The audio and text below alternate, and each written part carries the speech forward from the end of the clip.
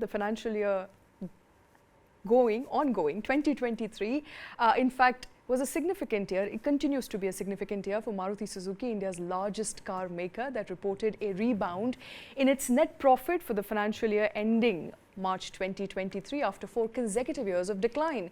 The automaker's net profit surged to a record high of 8,000 plus crore, and despite facing headwinds for chip constraints, financial year 23 wholesale volumes touched a peak of 19.6 lakh units. In the fourth quarter specifically, the result for which was announced recently, Maruti Suzuki reported a consolidated net profit of 2,671 crores, up 42% year-on-year compared to 1,876 crores in the corresponding period previous year. Now, despite the shortage, as I said, of electronic components, the company recorded its highest ever annual sales volume. The annual turnover of the company surpassed 1 lakh crore mark. That's a big number coming in there for Maruti. Augurs well, Rakesh? Brilliant. Maruti is a great success story. I may be a little biased. I've been covering this company since early 90s. But every time I look at this company, this is an amazing success, written all over it. For everyone's interest, it's important to point out today, not many people may know that Maruti is not Indian owned. It's a majority Japanese owned company. But who cares? It creates world-class products. It has a robust export pipeline. And herein lies a great message for Make in India program, that it doesn't matter what the ownership is. So long as they're made in India. And Maruti is a great classic example, case study for all of us as policy managers, as media students to look at and learn from. And the problem is that we don't be able to replicate this. You can't call yourself a media student, sir. We are media students. We are all students in life. And I'm saying particularly in the context of one gentleman called Mr. R.C. Bhargav. Maruti, holds 3 very important lessons to me. One, I said this Make in India story. It doesn't matter who the owner is. So long as it's made in India, it has the Indian capability, it has got the Indian human resource, it's got the Indian engineering, and it has the Indian ecosystem, talking about a success story. And the other one big takeaway for corporate India, not only India and globally, is that this gentleman R.C. Bhargav, who is the non-executive chairman today, he's been with the company since 90s. Interesting to note that he was a bureaucrat, civil servant who quit his service early 60s and then joined public sector. He was earlier with BHEL. And another top bureaucrat, V. Krishnamurthy, who quit service and joined Maruti as the first chairman, he brought him into Maruti. Now he's I think 82 or 83. And he is still running the company, though he says I am a retired man, but his imprint is visible on the company every day. You go to the media, you go to the company boardroom, he's there. So is it the individual or the institution? This huge debate in corporate India, corporate world, who makes institutions? So in this case, again, it's interesting. Has he built the institution? Has the institution built Mr. Bhargav? Let's get in Karthik. Karthik And his opinion. Karthik Malhotra joining us. Karthik, good to be here. Institution or individuals? Institution or individual? See, it's a large company, right? And I think it's very difficult to attribute the success of a large company to one individual. And I think that is something that goes across the world, across companies, across institutions, across nations, right? So I believe, R.C. Bhargav was definitely the right man for the job. He was at the right place. He had the right opportunity, and he's made the best virtue of it that I think any human being, any professional could have made. But has he singularly been responsible for the success of Maruti? No, I think largely the market has been responsible. If India was not growing at the pace that it grew at, if India did not have the kind of buying power or the aspiration to own four-wheelers, if competition had come in earlier, it came much later in the late 1990s. Part of the competition was there. You had the likes of Ambassador, you had Fiat, you also had GM making an entry, making an exit. You had CLO making an entry, making an exit. Daewoo being the parent company. But had the market been ripe enough, even in the 1980s, early 1990s, when Mr. Bhargav had taken over, maybe things would have been different. So there was a great opportunity. India was growing. India was aspirational. And this was the best car available. The Maruti 800 was the most affordable, most fuel efficient, more economical car available. easy on the pocket, easy to fit into Indian streets that were small, didn't carry a Sarkari Babu tag like the Ambassador, didn't have the legacy of an ailing unit like Hindustan Motors where innovation did not come. It had the right technology, it had the right partners in Japan, and it sort of, did the best it could given the market situation. Okay. Do you agree that it was also first movers advantage for Maruti perhaps? It started with a liability. It was a political project, if I can use the term. A private political project. Mrs. Gandhi started it, obviously she had a vision for India in terms of mobility, but it was not done in the most appropriate corporate manner. There was no due diligence, there was no big ticket presentation, or it didn't run through the board, but it did make a grand success. I would slightly disagree with Karthik. Individual and institutions, I'm fine with that, so long as it keeps us debating on this core issue, and this is a debate all over the world. I personally believe that the two have to wed each other to create a success story. Maruti, I don't know how many examples are there in corporate India and even outside where a company has sustained its 40% plus market share for almost 3 decades. So there were about 17 players in India. In 1991 post-liberalization, there were 17 car makers and 90% of them were global. So there must be something right with this company and its leadership that it did not eliminate them. They got eliminated because of market forces. Right. We're all votaries of market forces. So ability to sense the pulse of the Indian consumer who is always changing his mind. There's a price point, there is a quality point. So on that parameter and then delivering a whole pack of generation of cars. I mean a WagonR, Maruti 800 is a great case study globally in business schools. A WagonR is a great case study now. I don't remember the number, I think 5 million or 10 million cars sold. And now whatever they do is a great success story. I'll come to the challenges a little later, but I think sustaining a 40% market share is significant. Okay. It's not easy for 3 decades almost. It used to be at 50%. It's come down post-COVID to 40%. I think it's 42.3 right now. That is 43%. It came down from 42.3 to 43%. That is correct. Let me run the numbers quickly. Since 2001, Maruti's market share has hovered around 50%, barring a blip in 2012. And most certainly in the ongoing years, its market share reduced to 39% around COVID, compared to 43% a year ago, coming back in shape. But what's really helping Maruti's ecosystem right now? Because Maruti was late to ride the bus on SUV. I think Bhargava has also admitted to that. I think on the product portfolio, probably Karthik can fill us in. He has a great appetite for cars. Okay. But on the policy framework, I remember there was a huge controversy with the Japanese and the Indian ownership. That time it was, Government of India was the majority shareholder. And the controversy would trouble, on issues of basics like gearbox technology. I think we spent years trying to get that gearbox technology, which Japanese resisted because it was linked to royalty payment. And, finally they gave in. And finally, Government of India also saw sense, hopefully, that, it makes sense to exit and let this company be run professionally. It doesn't matter who the owner is. So, a very, very strong, what we call domesticated, Desi is supreme mindset at the government. Why should we cede control? It's a milk cow. Everybody is giving revenues, is giving dividends. But that that decision, it was done in the incidentally under a coalition government, not under a singularly popular or powerful government.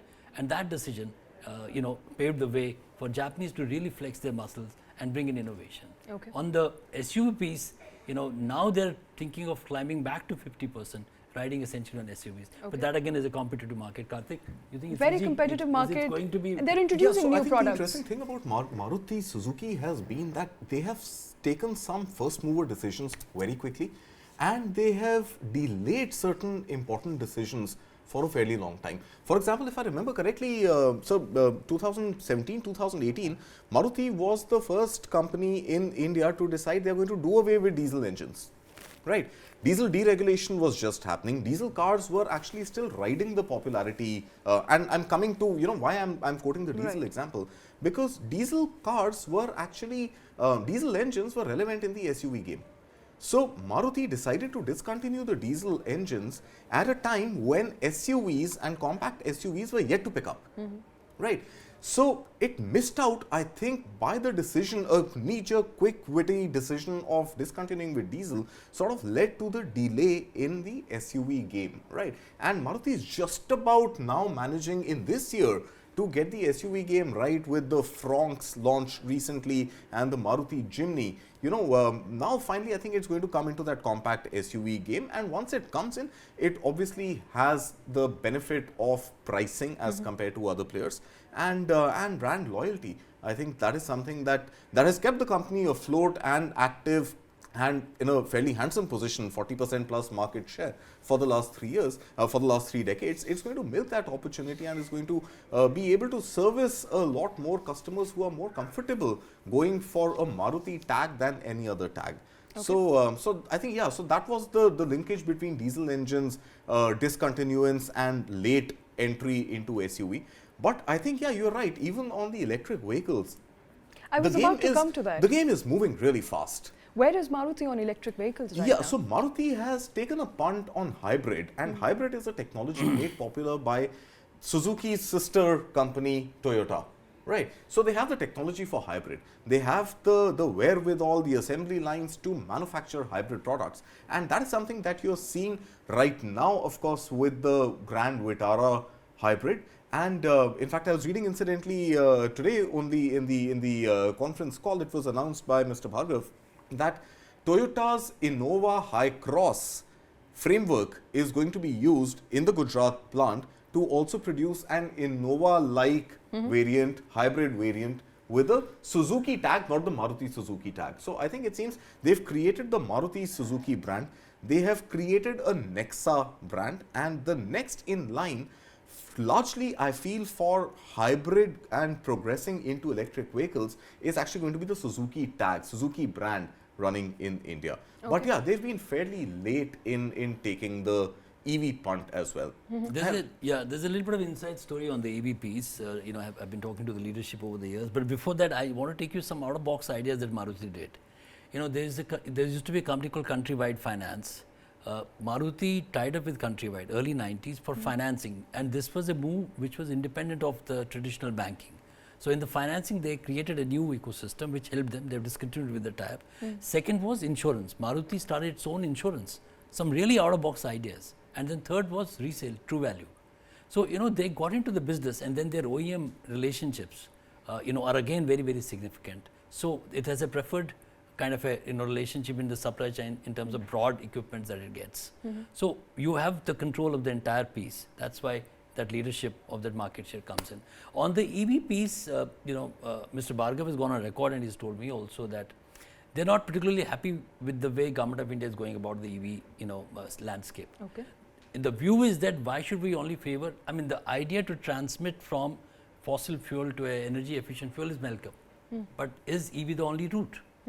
According to Maruti and Mr. Bhargav, that is not the only route. And he is right, because what has happened both at the state level and at the center level, in terms of incentives to the individual, the buyer, and in terms of the incentive to the manufacturer, there is a certain skew towards EV. So hybrid has suffered, blends with ethanols have suffered. In fact, they have not at all come CNG has suffered. CNG has suffered. So in that sense, now they've gone into this relationship with Toyota, which is their partner globally, to set up this EV plant. But it's a hesitant kind of a decision. They will probably suffer in the short run because of the EV missing. But I think there's a conscious decision to push hybrids. And hybrids is something that I think people are just about realizing the value proposition in. But sir, do you really agree with Mr. Bhargav's hypothesis there? Isn't EV actually the only way forward?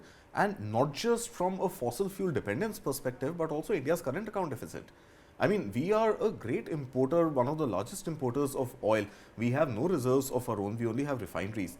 And once a large chunk of the mobility ecosystem moves to electric vehicles, even though the environmental sort of, climate goals be considered that electric vehicles will run on the same charging infrastructures, which will be powered by thermal power plants. Absolutely. But we have enough supply of coal. We don't have enough supply of of petroleum. No, we also import coal for usage because Indian coal is not good enough to be used finally. It has to be blended. Right. So in that sense, Mr. Bhargav's argument on record. So my point is, if not EV, then what? No, the hybrids, and then you have to explore new ideas. See, what has happened is that in our haste to meet our targets, which is good in terms of the vision, but we have not explored any other perspective. I don't have the solution. But when you do text, does Mr. Bhargav have a solution? No, he's talking about hybrids and he's talking about blends. Okay. So one has to study that at length, because his view is that when you go into large scale EVs, you need dependence on charging.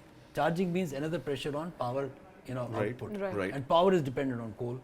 So I grudgingly have to grant this point, because he's saying that अभी तो बहुत थोड़ा EV है, जब बहुत बढ़ जाएगा आपको जगह जगह पे stations लगाने पड़ेंगे, and those stations are going to be powered by the fossil fuel. Right. So in that sense, it's a bit of a challenge, but they will suffer on account of having missed the EV bus, because today EV is the flavor.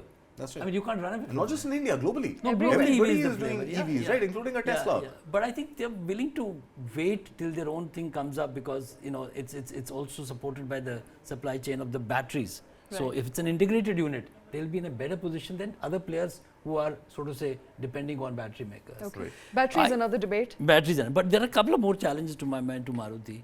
We've done all the big story for Right. Maruti. We're not working in their PR team. It's a great story, so we must celebrate. It's an Indian story, right, and we should be proud of it. It's not a story of Maruti, it's a story of India. Absolutely, Okay. you put it very rightly. Mr. Bhargav is going to be very happy with that. He's going to say, no. Now the challenge is that one is this EV being late on that. Second is that if you look at the numbers, the largest bread and butter, as we call it, the basic menu, is the small cars. Maruti, first of all, Indians are not buying any longer in large numbers the smaller cars. That is correct. They are all jumping to the SUVs. They'll wait, maybe get a little more loan and have a fancy for SUVs. In that sense, if that trend continues, Shweta, that is their bulk of production today. What do they do with that? So last year and the previous year, that has suffered a huge dent. They were quiet about it, and not many in media writing it. They don't have the attention and the time to do it. But that's a challenge for Maruti. Shifting to SUVs to get 50% market share is a good vision statement. But what about this Mota, bread and butter chunk, where the 800, they're discontinued 800. Yeah, because my estimates, and correct me if I'm wrong, of the total passenger vehicle sales last year, approximately 50% was SUVs.